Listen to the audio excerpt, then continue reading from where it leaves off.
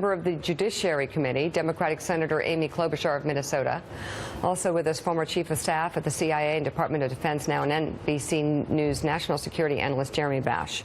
Okay, let's go to the Donald Trump Jr. story, because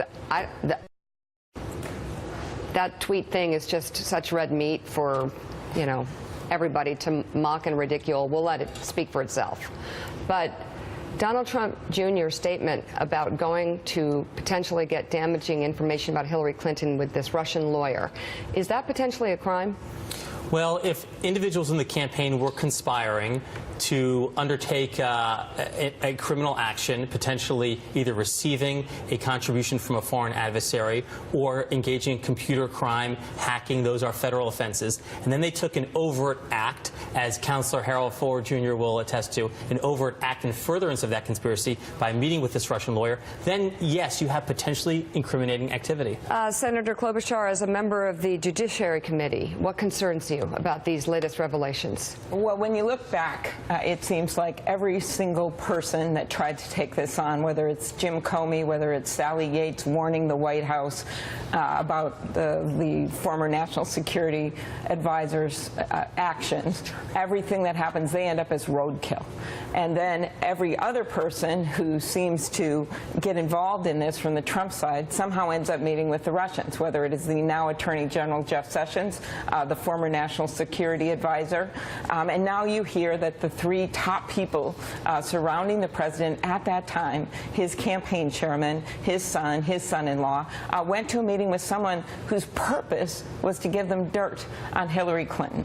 And so what concerns me is that this has reached the highest levels now, and that is why we have a special prosecutor. As a former prosecutor, I'm not going to opine on what this means and if this is a crime or what happened, but we are getting very close to a serious matter here. Okay. Harold Ford Jr. Jeremy, you've spoken at length and with credibility about how the intelligence community views Trump and the things that he has said.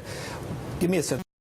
What would have been racing through the minds of intelligence officials and defense officials after listening to President Trump say we might form a cybersecurity unit with Russia?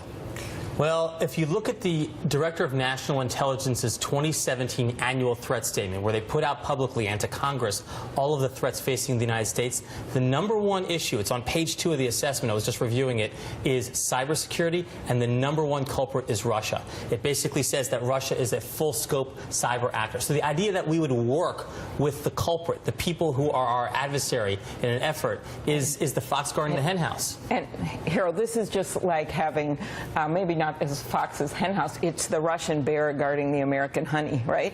You are basically saying that 17 intelligence agencies, how many you want to characterize them, fine, have firmly established that Russia's been trying to hack us, and we've known they've been hacking on the private side as well. That's why Congress, on a vote of 97-2 in the U.S. Senate, we put forward stronger sanctions.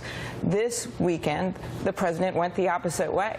He basically met with Vladimir Putin, said he was honored to meet with him, and did not take this on in a serious way. And that's what really concerns me, because you can't then form a unit with the people that are trying to hack you. 10 seconds. Do your Republican colleagues still support the Burr-Warner effort to investigate this? Are you hearing any pushback or resistance? I'm not hearing any pushback, no. Senator, what do you make of the Secretary of State's suggestion that the U.S. and Russia shares basically goals in Syria? We have always believed that you have to continue to meet with Russia and talk to Russia. That's not the issue. The issue here is that Vladimir Putin listens to power. And when the president comes in with mixed signals saying he wasn't sure, other countries have also done this, that's not the kind of message that we want to send to someone like Vladimir Putin. There is no problem with them meeting. I think they should meet.